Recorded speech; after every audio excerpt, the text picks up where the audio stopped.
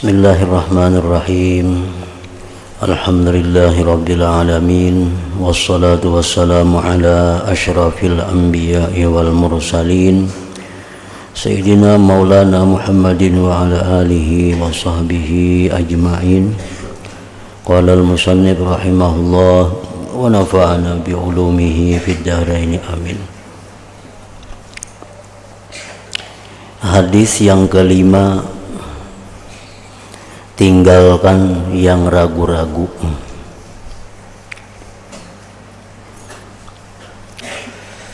An Abi Muhammad Al-Hasan ibn Ali ibn Abi Talib sibti Rasulillah sallallahu alaihi wasallam wa rayhanatihi radhiyallahu ta'ala anhuma qala hafiztu min Rasulillah sallallahu alaihi wasallam da' ma yaribuk ila ma la yaribuk.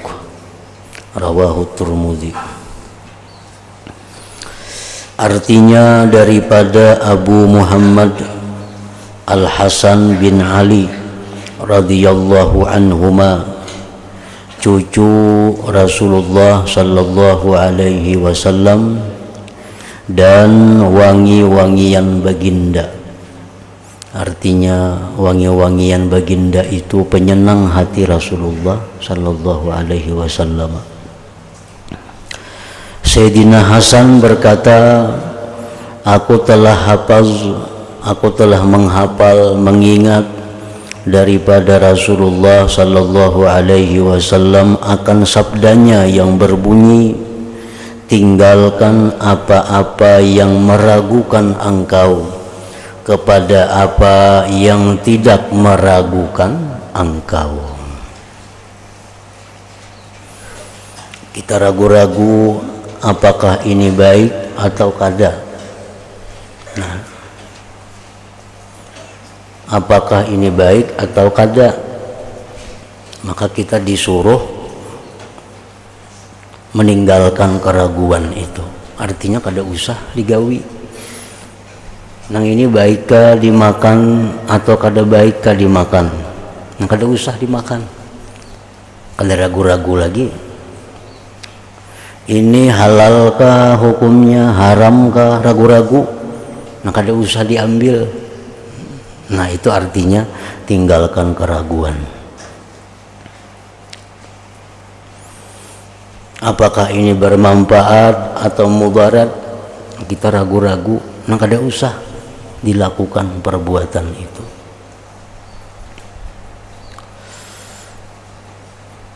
Nah, ini merupakan pokok pada bab wara.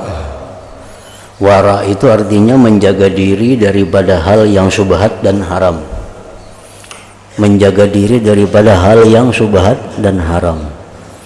Maksudnya menjaga diri dari hal yang syubhat dan haram itu adalah meninggalkan keragu-raguan tadi. Dan perlu diketahui bahwa itu kada sama antara satu dengan yang lain. Umpamanya masalahnya satu, kawan nang saikung maambil, nah itu kada kawa diulah peduman.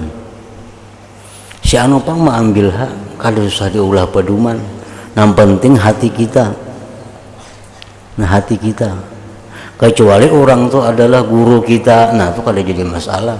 Atau pembimbing kita, kada jadi soal. Kalau kawan kita, nah itu kada kawa dituruti. Misalnya kawan maambil, seorang asal ragu-ragu, nah kada usah diambil, jangan menuruti. Pang maambil ha, nah kada kawa menuruti itu.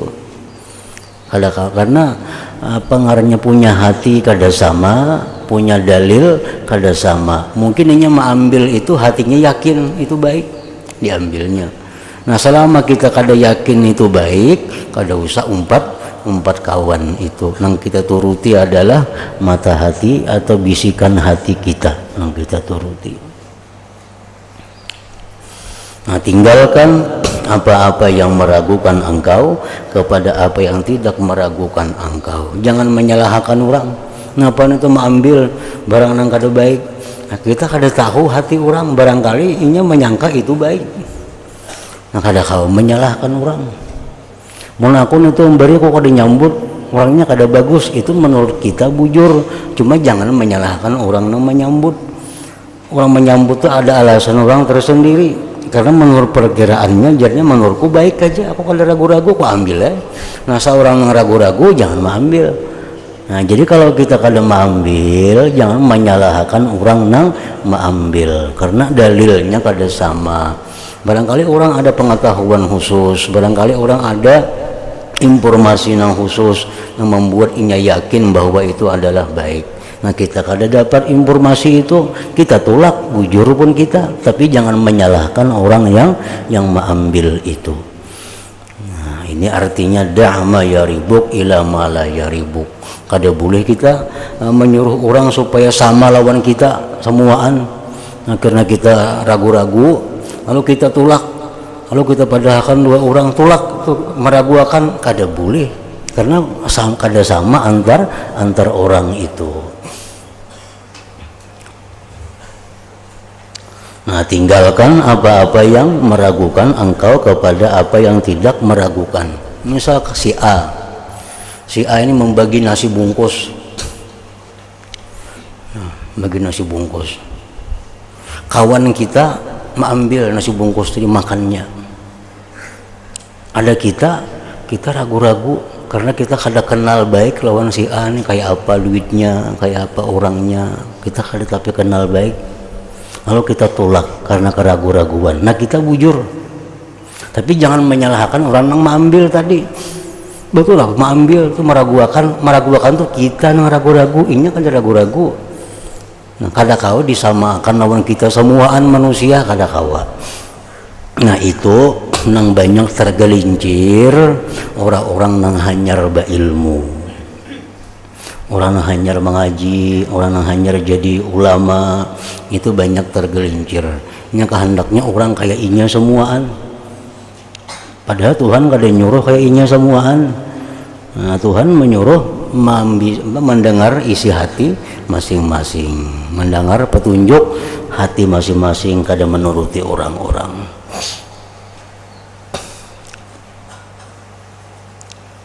Misalnya ada orang ini maling ini bagi duit, tapi si maling ini usahanya nang kada maling, ada juga ini berdagang, ada juga maling mau juga berbagi duit.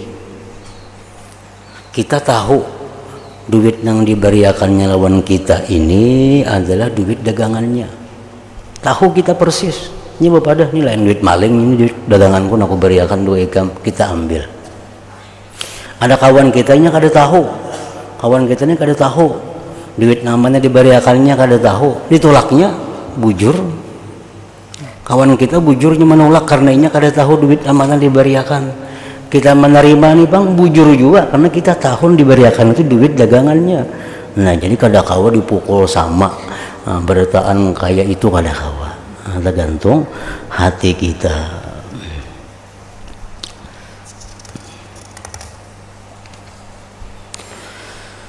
Nah, hadis yang ke-6, nah, jadi hadis yang kalimat tadi adalah intinya menunjukkan kepada kita untuk menanyakan kepada hati kita. Takuni hati, ragu-ragu atau kada? Bila ragu-ragu kada usah, lebih selamat. Nah, lebih baik itu. Ada pendapat ulama boleh, ada pendapat ulama nang saekung kada boleh, kada usah umpat, lebih selamat itu, lebih selamat. Ujar ulama, misal dari Imam Nawawi umpamanya ini boleh, ujar Imam Rafi'i menurut aku kada boleh. Itu boleh aja kita pakai kedua-duanya, tapi yang lebih baiknya kada usah. Nah, kada usah umpat Imam Nawawi, kada usah umpat Rafi'i, mah kada usah bisa. Kada usah. Itu lebih selamat.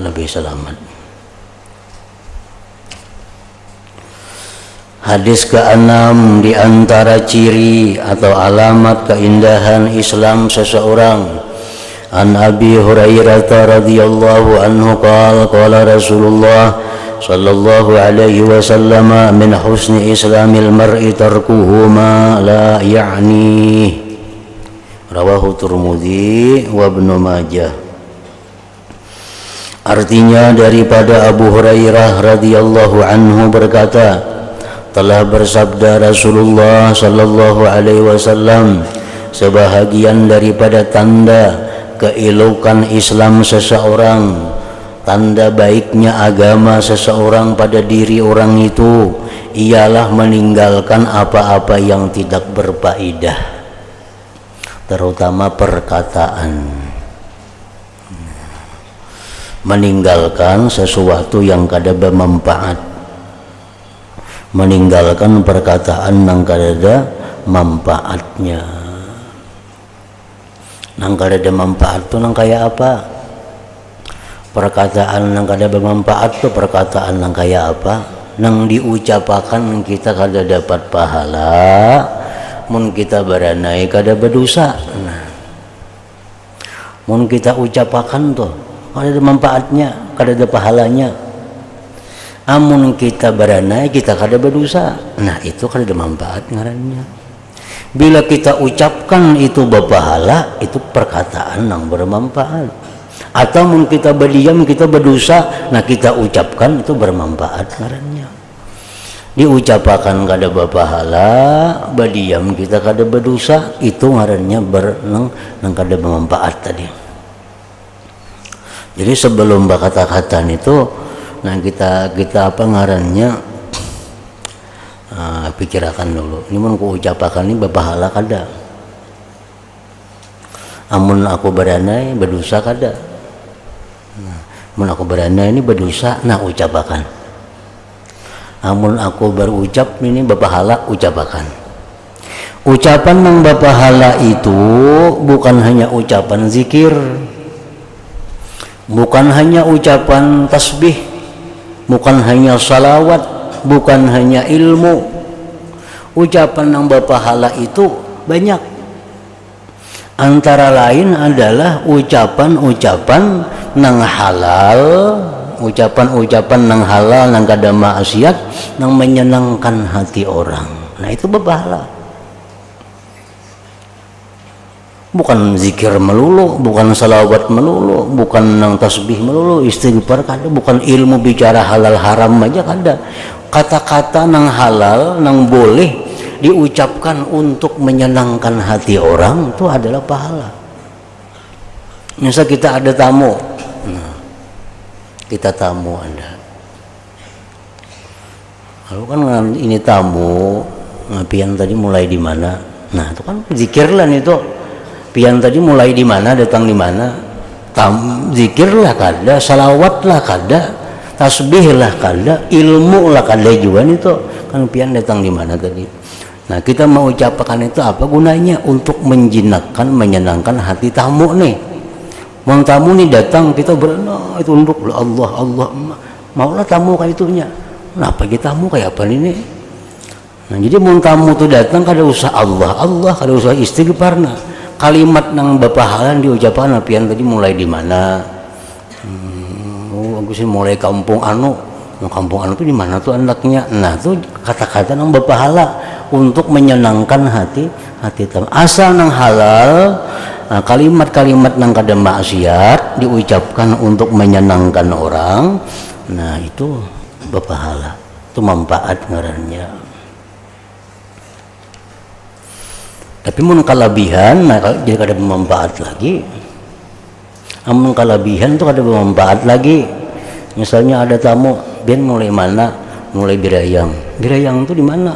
Birayang tuh 10 pada Barabai. Jauh lah lawan Pagat. Nah, itu kada bermanfaat lagi ngarannya. Kebanyakan kita gunakan itu. Ada bermanfaat lagi. Cukup sekadar tamu ini jangan merasa asing. Cukup tamu ini jangan merasa liar. Itu cukup sudah. Jangan kelebihan.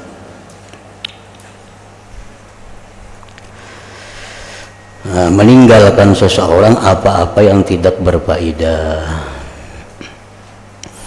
Di zaman Rasulullah sallallahu alaihi wasallam beliau berkumpul dengan para sahabat. Ujar Nabi kita lawan para sahabat itu, ini pacang datang ada orang ahli surga. Nah, tumat lagi di Nabi datang ada orang ahli surga.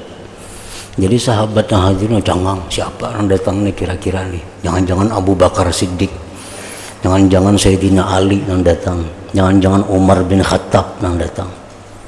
Kalinya kada, sekali yang datang itu Abdullah bin Salam. Sekalian datang Abdullah bin Salam yang datang ini. Kada bapaknya datang duduk juga. Sudah bubar, asing-asingnya memaluk lawan Abdullah bin Salam. Bingung, apanya kan memaluk aku semuaan ya Abdullah bin Salam, orang mencium, orang meragap. Kenapa ini ya Abdullah bin Salam? Tadi Nabi madahkan bahwa pian ini ahli surga.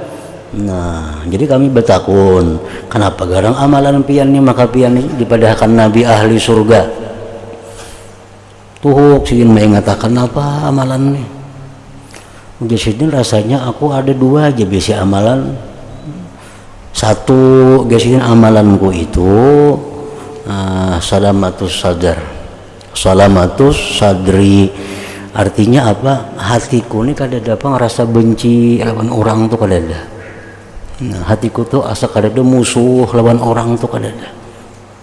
Hatiku kada ada maksud hendak merugiakan orang, kada ada. Hatiku kada ada maksud mencelakakan orang, kada ada. Hatiku ada maksud menyusahkan orang, kada ada.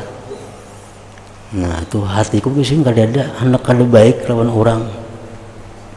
Nah, itu sebuting itu kisidin amalanku. Nang kedua kisidin amalanku itu aku meninggalkan sesuatu perkataan nang kada ada manfaat. Nah, perkataan nang kada ada manfaat itu aku kada mengucapkan, aku kada mengatakan. Nah, sebelum berkata-kata aku pikirkan ada kada pahalanya mun ku ucapakan ini. Nah, nang kada berpahala aku diam. Itu aja amalanku. Nang lain sama ikam semuaan, sembahyang, puasa apa, ada bedanya. Nah, cuma hatiku kada baik lawan orang. Kemudian aku kada bebandir amun itu kada jadi pahala, kada jadi manfaat. Nah, Imam Syafi'i radhiyallahu anhu berkata, salah satu tazidu fil aqal. Jadi Imam Syafi'i ada tiga perkara yang menambahi akal. Akalnya perlu dibanyaki. Akal jangan sampai kurang. Akal apalagi rusak. Akal tuh mesti banyak, mesti ditambah. Kenapa sebabnya? Karena akal ini an-nasih, akal tuh penasihat. Akal tuh penasihat.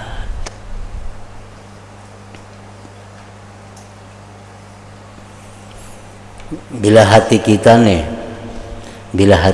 nih bageritik maka hendak aku jar hati asa hendak nukar ini hana asa hendak nukar ini hajar hati nih.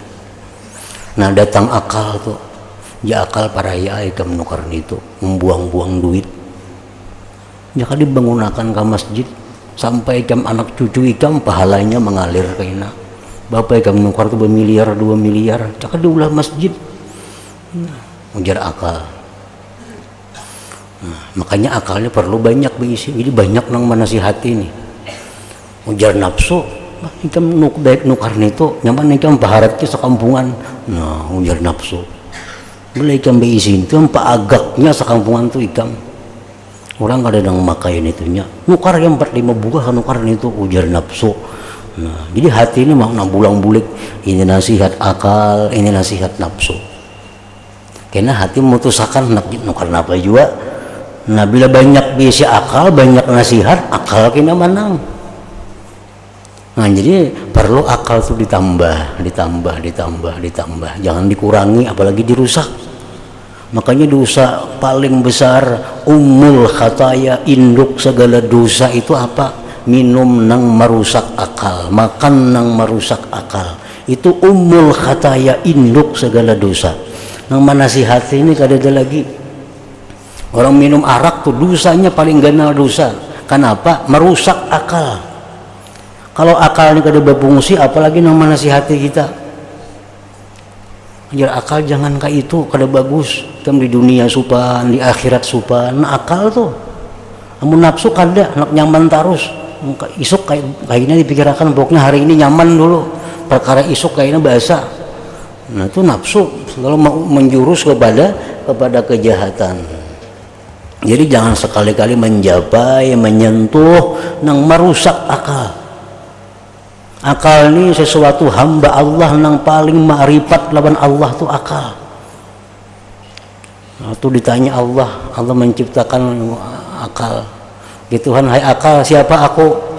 Ya akal engkau Tuhanku. Nah, nafsu, gitu Tuhan, aku siapa? Ya nafsu, ikam tuh ikam, aku. Nah nafsunya. Jadi akal ini perlu diperbanyak. Jangan sampai merusak akal. Ada minuman apa yang menghilangkan akal, ada makanan apa yang menghilangkan akalnya, itu perlu dijauhi. Justru yang dicari yang menambahi akal, supaya banyak nang menasihati kita nih, banyak nang menasihati.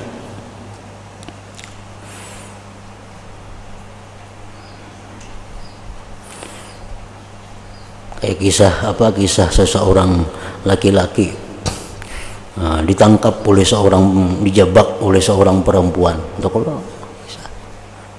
Dikuncinya kamar. Si perempuan, wahai laki-laki, kamu pilih 3. Imma zinahi aku, atau bunuh anakku, atau minum arak. Nah, kita laki-laki ini minum arak dosa besar, berzina besar, membunuh besar. Kalau ada pilihan yang mana antara 3, nah laki-laki ini menganggap minum arak nang tak inting, minumnya arak. Nah arak ini merusak akal.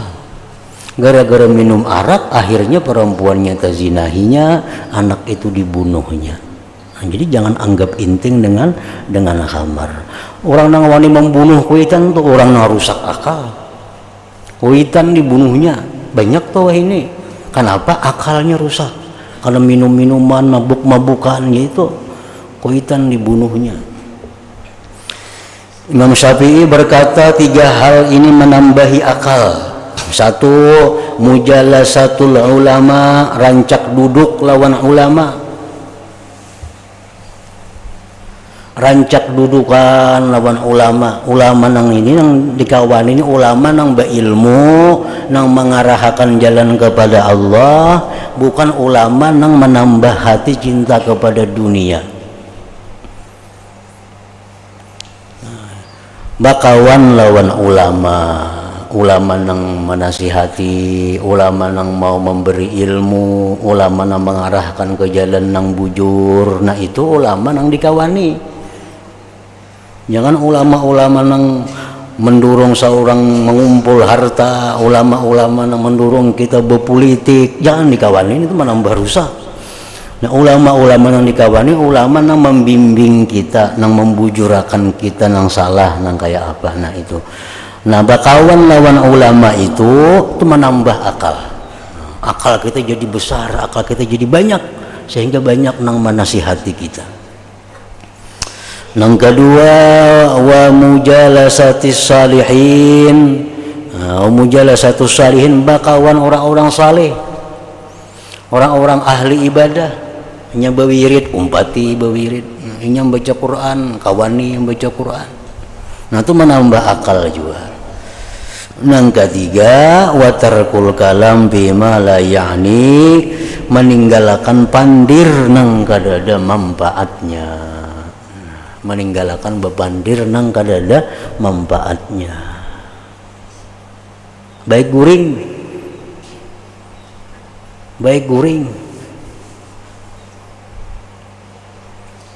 ini baik guring kah umpamanya, baik bagaul ke masyarakat kah? Bila bagaul ke masyarakat kini banyak pandir macam-macam, pandir politik, pandir ekonomi, macam-macam pandir gibah.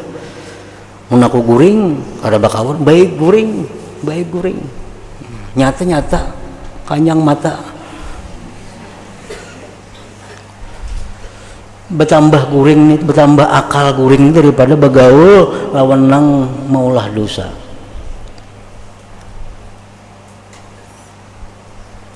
Makanya orang dahulu ada istilah bakhalwat, jarak Allah bakhalwat.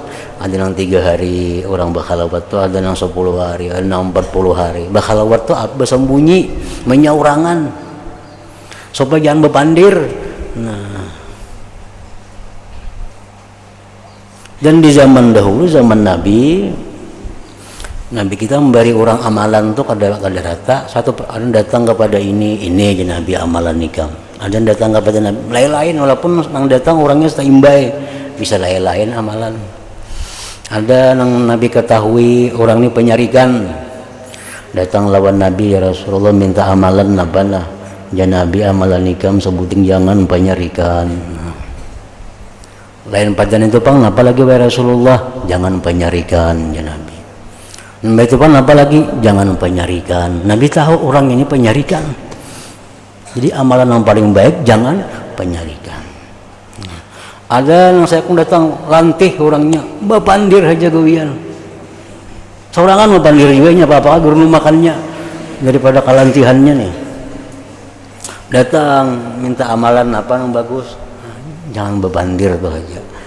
Banyak berselawat, banyak berzikir. Apalagi amal kurangi bepandir. Kurangi bepandir. Nang apa ka dikulum, nang apa ka dimakan jangan bepandir. Nang kayak Abu Bakar kan sih mengulum batu kah? Nah, mengulum batu dikulum supaya apa? Menahan mumpung jangan bepandir. Karena meninggalkan pandir nang kada ada manfaatnya tadi itu menambah akal juga, menambah akal. Imam Syafi'i berkata lagi, ujar Imam Syafi'i, man arada ayyunawwirallah qalbahu falyatrukil kalam fi ma la ya'ni. Nah, ujar Imam Syafi'i, siapa hendak mentarang hatinya, siapa hendak tarang hatinya, tinggalkanlah berbicara nang kada ada manfaatnya. Itu penarang hati nang paling jitu. Misalnya orangnya kada pahapalan, anak lah kan kada pahapalan. Nah, coba akan mulai hari ini sampai esok jangan bepandir, kecuali nang berpahala.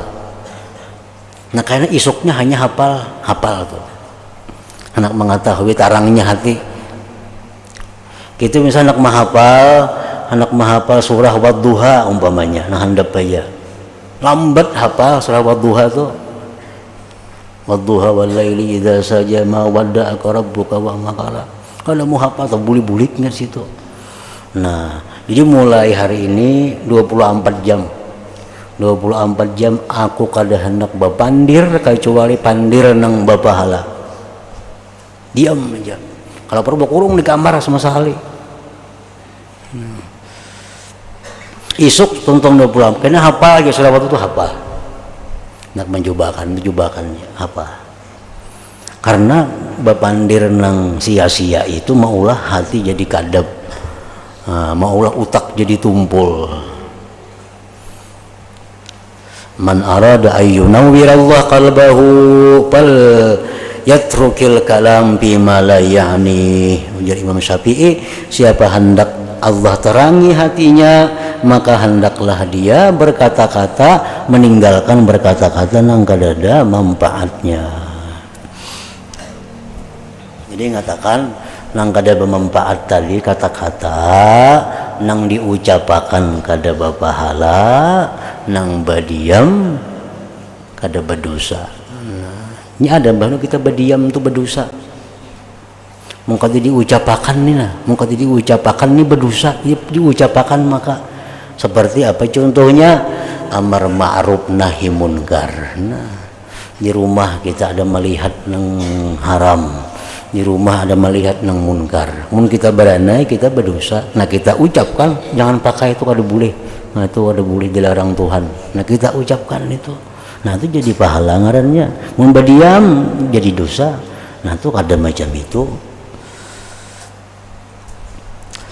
Hadis yang ketujuh, iman dan kecintaan sesama Islam.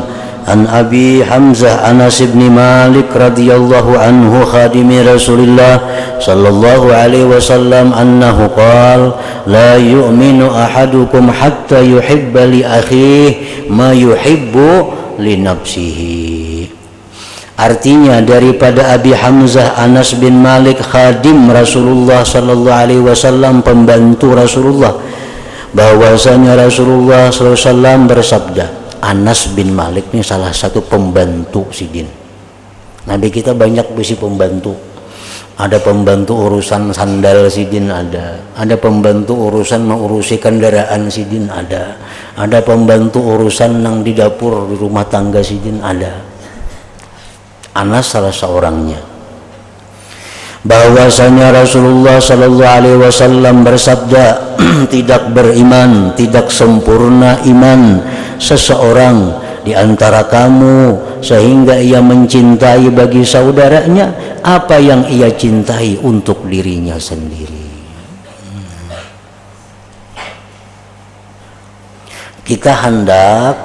Kita ingin saudara-saudara kita kaum muslimin itu dapat kebahagiaan seperti yang kita dapatkan.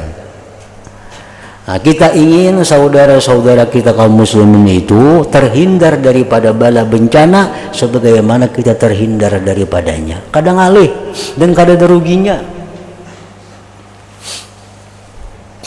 Kadang mengganggu sedikit pun, kadang mengganggu lawan kita.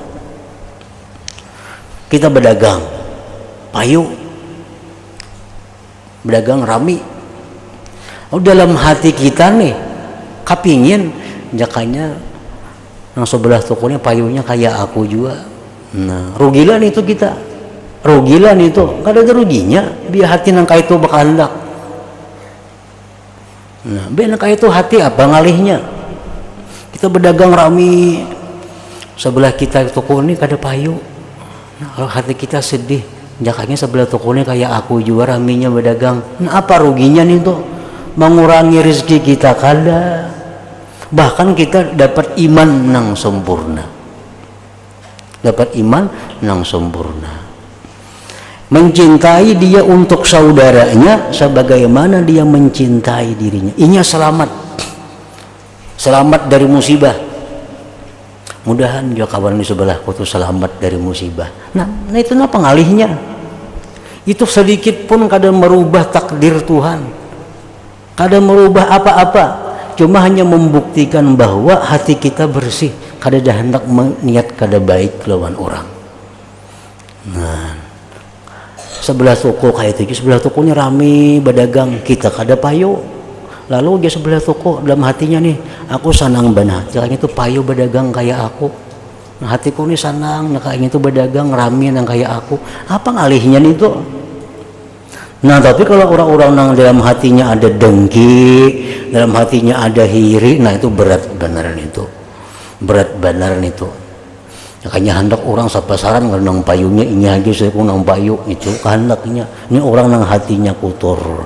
Padahal itu sedikit pun kadang mengurangi menambah lawan rezekinya atau rezeki orang. Nah, kita misalnya dapat, kita lulus lalu dalam hati kita mudahan kawanku ini lulus samuaan. Apa ngalihnya nih tuh? Kada merubah keputusan hakim kada. Hati kita kada merubah keputusan guru kada. Cuma hati kita bersuara mudahan kawanku lulus samuaan lah. Aku pang lulus mudahan kawan apa ngalihnya. Nah itu saling genalan pahalanya. Tapi ini sulit amun orang nang katujuh dengki, katujuh kesombongan, katujuh paharatnya itu ngalih beneran itu.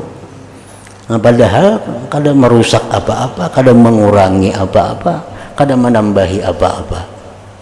Kalau pang misalnya hati kita nih, kita berdagang, payu berdagang, sebelah kawannya dagangan sama, kada payu inya.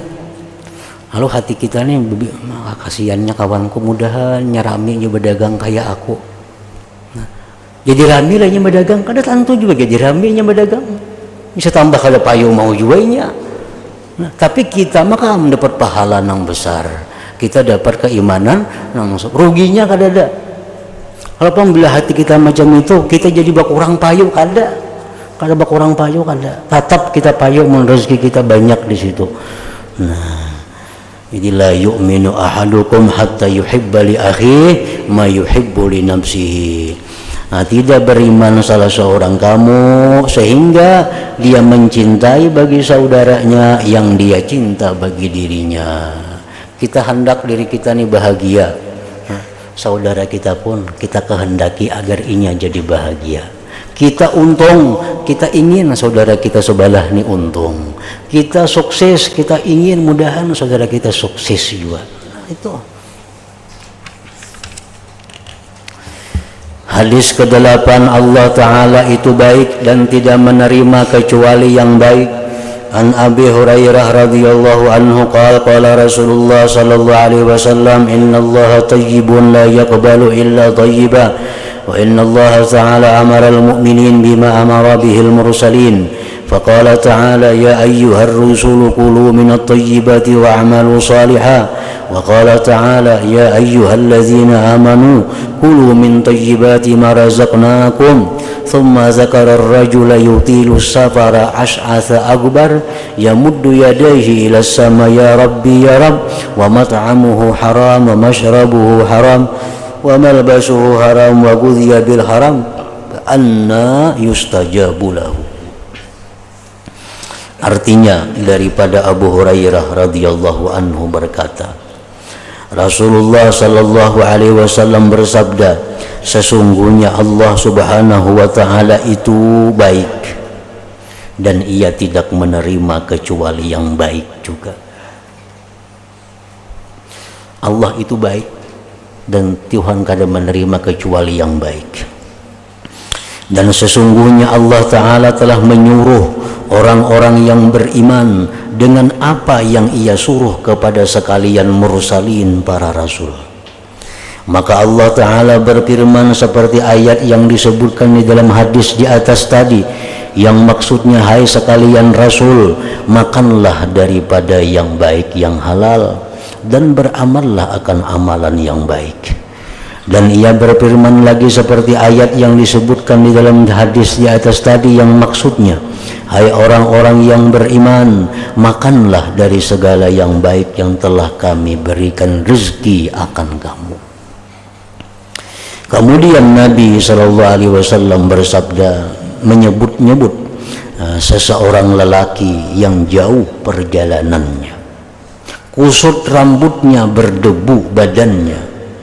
Ia mengangkatkan kedua tangannya ke atas langit sambil berdoa, ya Rabbi, wahai Tuhanku. Sedangkan makanannya daripada harta yang haram, pakaiannya daripada harta yang haram, dan mulutnya disuapkan makanan yang haram, maka bagaimana akan diperkenankan akan doanya itu? Artinya, orang yang memakai pakaian haram berdoa, walaupun berdoa itu mengangkat tangan ke langit, walaupun dengan ya Rabbi, walaupun berdoa dalam musafir, tetap kada diterima Allah. Padahal berdoa dalam musafir itu termasuk cepat dikabulkan.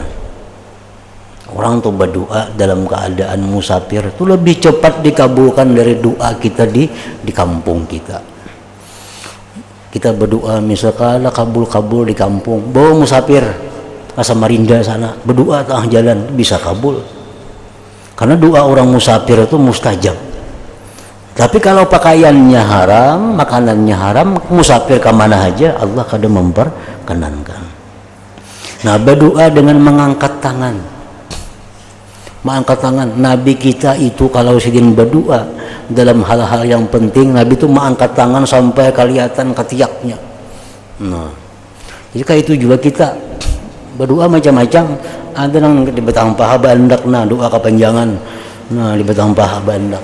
Ini Tuhan kada mengabulkan, mengangkat tangan aja kulir gitu Tuhannya. Ada yang berdoa di betang paha, ada yang ingat sini, ada sini. Makin tinggi telapak tangan yang kita haturkan kepada Allah, Allah makin perhatian. Tapi kalau setinggi-tingginya mah angkat tangan, pakaiannya haram, minumannya haram, Allah kadang mengabulkan juga. Nah, dari kalimat-kalimat permohonan kepada Allah ada Allahumma, itu kan? Allahumma ini. Kalimat yang paling diperhatikan Allah adalah ya Rabbi. Nah, ada hadis yang mengatakan kalau kita baca ya Rabbi, ya Rabbi, ya Rabbi 3 kali, habis itu hanya minta kepada Allah, Allah mengabulkan permintaan. Walaupun 1000 kali membaca ya Rabbi, ya Rabbi, ya Rabbi, kalau pakaiannya itu haram, makanan minumannya, Allah kadang mengabulkan doanya tadi. Allah kadang akan mengabulkan doanya. Karena Allah Ta'ala itu baik dan kadang menerima kecuali yang baik. Nah, hadis yang ke-9 pulang. Ila hadratin Nabi sallallahu alaihi wasallam al-Fatihah. Iyyaka na'budu wa iyyaka nasta'in ihdinas siratal mustaqim siratal ladzina an'amta 'alaihim. Bismillahirrahmanirrahim. Alhamdulillahi rabbil alamin. Allahumma shalli wa sallim ala sayyidina Muhammad wa alihi wa sahbihi ajma'in. Allahumma ja'al jam'ana hadza jam'an maghfura wa tafarruqana min ba'dihi tafarruqan ma'suma wa ilmana ilman nafi'a wa amalana amalan maqbula wa rizqana rizqan wasi'an halalan tayyiba. Allahumma iftah alaina futuhal arifin. Allahumma iftah alaina futuhal arifin. Allahumma iftah alaina futuhal arifin waj'alna ya Allah min ibadikas salihin birahmatika ya arhamar rahimin. Sallallahu alaihi wasallam Muhammadin wa ala alihi wa sahbihi wasallam. Alhamdulillah.